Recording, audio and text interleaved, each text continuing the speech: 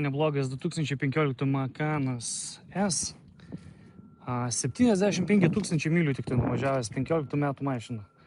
Tai sakyčiau, visiškai neblogai. Šiek tiek matau pažįstas yra diskas. Lapkričio 20 aukcionas. Parsiduoda Progressivo, tai yra draudimo kompanija.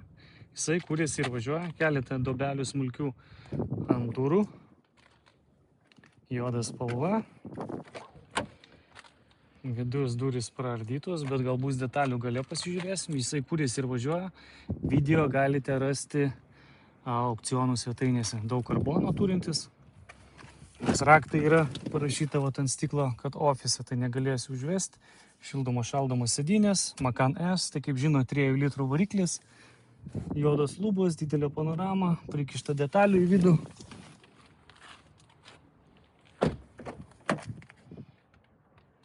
Karbono imitacija visų. Gali šildomos sėdynės, klima. Bamperis sukištas, neaišku, ar jis sveikas.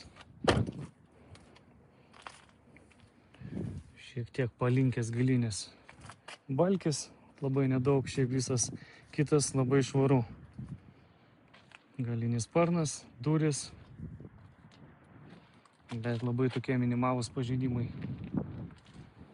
Stogas visas sveikas, nenubraižytas.